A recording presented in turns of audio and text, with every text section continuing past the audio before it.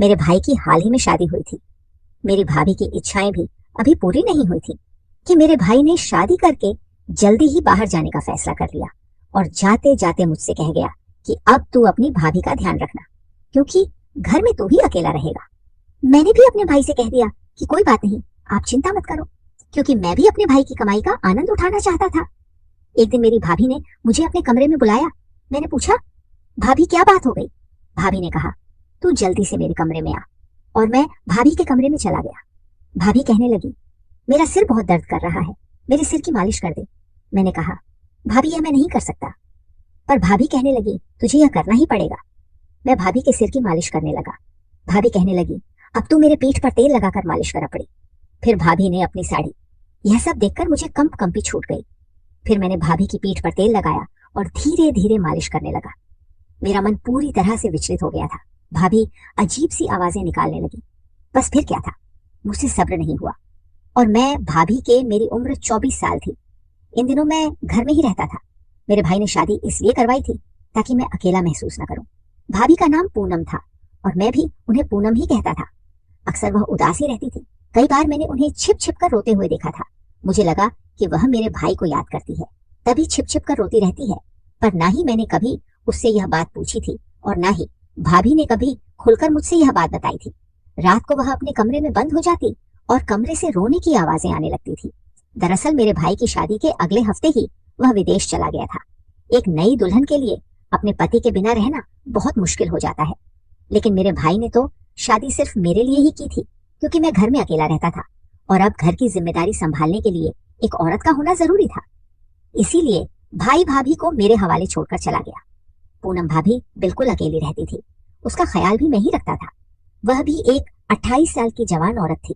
रिश्ता न मिलने के कारण मेरे भाई के साथ उसका विवाह हो गया था, क्योंकि बीतते समय के साथ उसकी उम्र भी बढ़ती जा रही थी। एक रात में सोने के लिए लेटा हुआ था जब भाभी मुझे आवाज देकर बुलाने लगी।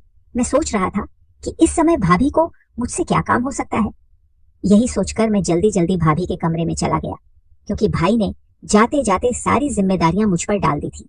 उन्होंने कहा था कि मेरे बाद घर की जरूरतों का ध्यान रखना और सच्चे दिल से अपनी भाभी की सेवा करना, क्योंकि भाई के पैसों पर मैं ऐश करता था। इसलिए मैं यह नहीं चाहता था कि वह भाभी मेरी भैया से कोई शिकायत करे।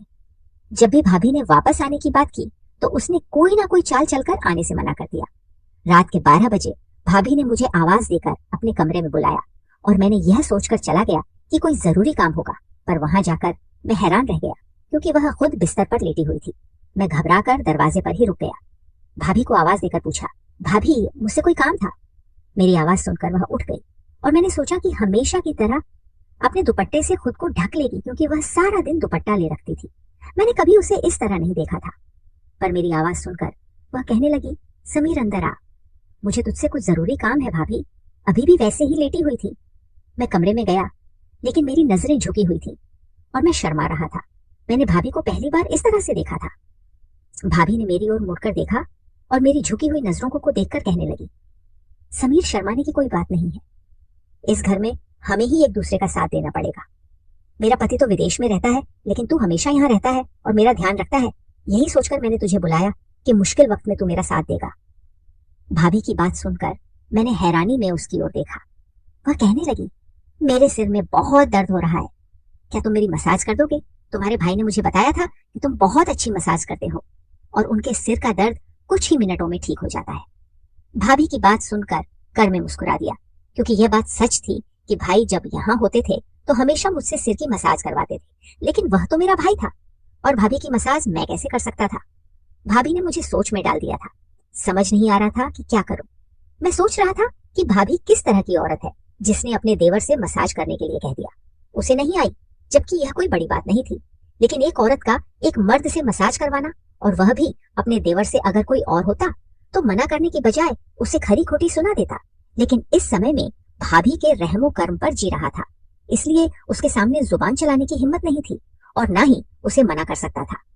भाभी ने ड्रेसिंग टेबल पर रखी तेल की शीशी मुझे दिखाई और कहने लगी, बहुत अच्छा होगा अगर तुम मेरे सिर में मसाज कर दोगे।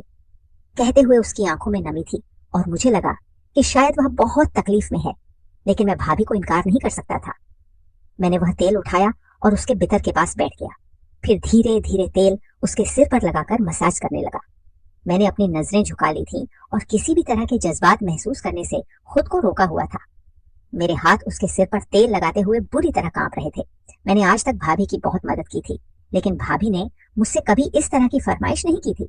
जैसे जैसे मैं तेल लगाता गया, भाभी की अजीब आवाजें कमरे में गूंजने लगी। ऐसा लग रहा था जैसे उसे आराम मिल रहा हो। मैंने दोबारा उसकी ओर नहीं देखा और न ही उसके चेहरे पर नजर पड़ी। मुझे शर्म का एहसास हो रहा था और मैं वहां से जाने की इच्छा कर रहा था, लेकिन मैं मजबूर था। अगर मैं भाभी को मना करता और यह बात मेरे भाई को पता चलती तो भाभी की कोई बात नहीं मानी जाती, वरना मेरा खर्चा पानी बंद हो जाता। भाभी की नीयत कुछ ऐसी थी कि उसने कभी भी किसी चीज से मना नहीं किया। मैं बिना किसी झक के उससे पैसे मांग लेता था और वह बिना सवाल किए मुझे दे देती थी। काफी देर तक मैंने मसाज करना जारी रखा और उसकी आवाजें कमरे में गूंजती रहीं। इसके बाद शायद उसे नींद आ गई थी, क्योंकि उसकी आवाज आना बंद हो गई।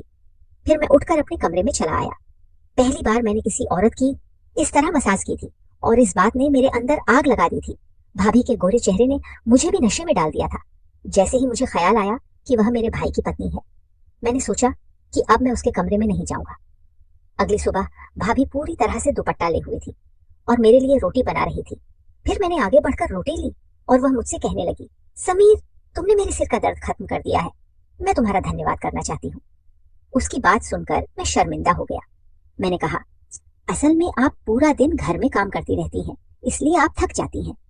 मैं कोशिश करूंगा कि आपके काम में मदद कर दूं या फिर आप कोई नौकर रख ले। मेरी बात सुनकर भाभी कहने लगी, मुझे थकावट तब तक नहीं मिटेगी जब तक मेरा पति नहीं आएगा। उसी दिन मेरी थकावट दूर होगी। मैं उसके शब्दों को समझ नहीं पाया, लेकिन वह रसोई में चली गई और मेरे काम का समय हो गया। मैं घर से चला गया। सारा दिन मेरे दिमाग में भाभी ही घूमती रही। दोपहर को जब मैं घर आया, मेरी बहन भी घर आ गई थी। मैंने सोचा कि किसी भी तरह मौके की तलाश करके भाभी की मसाज वाली बात बता दूं, लेकिन वे दोनों इतनी मग्न थीं कि उन्हें मेरे लिए समय ही नहीं मिला। कुछ देर बाद मेरी बहन कहकर चली गई कि उसका पति काम से आने वाला है और मैं उसे मसाज की बात नहीं बता सका। थोड़ी देर आराम करने के बाद जब मैं कमरे से बाहर निकला तो देखा कि भाभी कपड़े धो रही थी और बहुत मुश्किल से कपड़ों की बाल्टी उठाकर छत पर ले जा रही थी। यह देखकर मुझे शर्मिंदगी हुई, क्योंकि वे सारे कपड़े मेरे थे और मेरी वजह से ही उसे इतनी तकलीफ सहनी पड़ रही थी। मैंने तुरंत भाभी को आवाज दी और वह पसीने से भीगी हुई थी। मैं बाल्टी पकड़कर छत पर चला गया और उसका साथ देते हुए कपड़े भी तार पर लटका दिए। जब हम वापस लौटे तो वह कुछ अजीब तरीके से आ रही थी, जैसे उसे बहुत ज्यादा तकलीफ हो रही हो। मैंने उससे कहा कि अगर वह कहे तो मैं उसे डॉक्टर के पास ले जा सकता हूँ। मुझे लगता था कि उसके सिर में दर्द हो रहा है। मेरी बात सुनकर उसने उदासी के साथ मुस्कुराते हुए कहा, यह मेरी गलतियों का नतीजा है।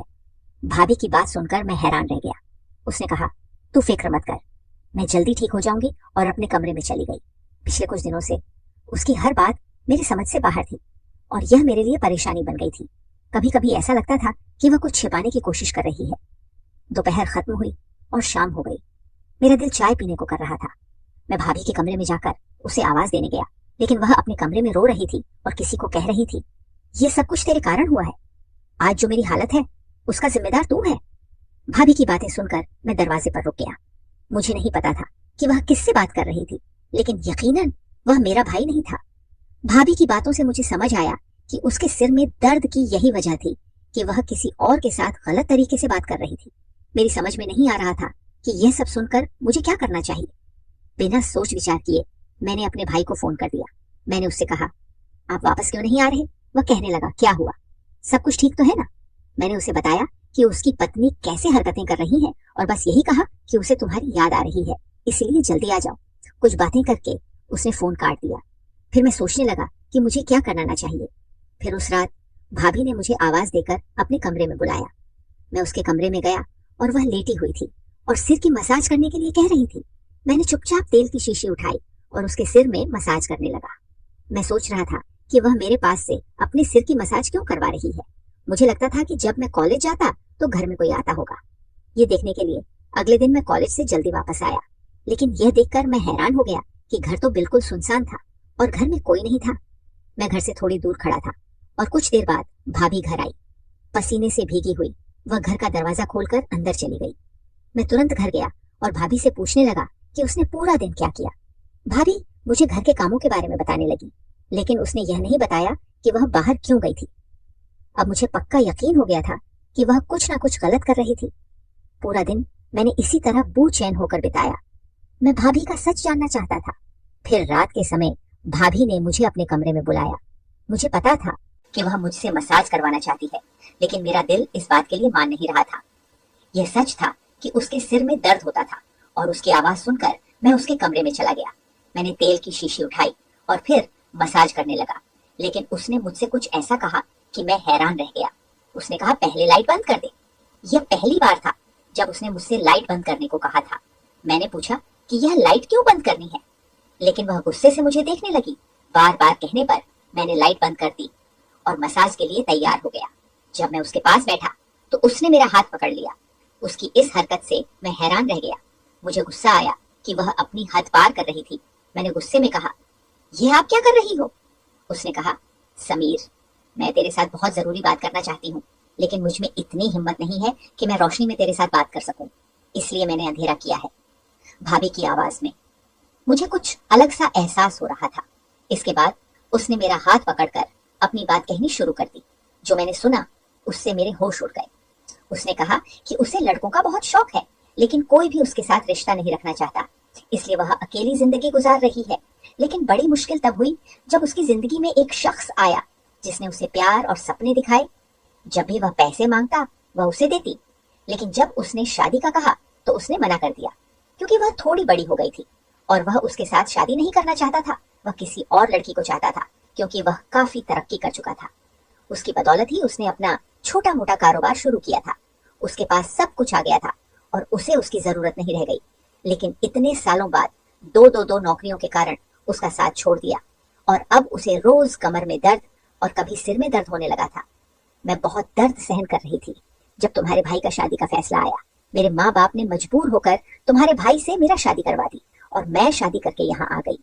लेकिन हर समय मुझे यही पछतावा होता था कि मैंने किस तरह के व्यक्ति के पीछे अपने आप को बर्बाद किया जो कभी मेरा था ही नहीं। मेरे भाई भाइयों ने मेरी कदर नहीं की और ना ही मेरे प्यार ने। फिर मुझ पर सबसे बड़ा दुख तब आया जब मुझे पता लगा कि तुम्हारे भाई ने विदेश में शादी कर ली है। तुम्हारे भाई ने कुछ दिन पहले मुझसे फोन करके बताया कि उसने वहां शादी कर ली है और यह शादी सिर्फ तुम्हारे साथ इस घर के लिए की गई थी। ये सुनकर मैं हैरान रह गई।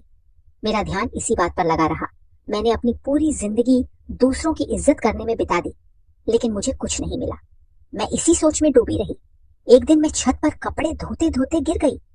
इससे मेरे कमर में दर्द होने लगा और मजबूरी में मुझे तुमसे मसाज करवानी पड़ती थी। मुझे शर्म आती थी कि मैं तुम्हारे पास आकर मसाज कराती थी, लेकिन मैं क्या करती? तुम्हारे अलावा मेरा कोई सहारा नहीं था। कल मैं अपने घर गई थी। मैंने अपनी माँ को अपने पति की दूसरी शादी के बारे में बताया तो उसने कहा कि अब मैं कब तक ऐसी जिंदगी गुजारूंगी। यह सुनकर मैं टूट गई और वापस घर आ गई। मुझे पता था कि मेरी जिंदगी में अब कुछ भी नहीं बचा।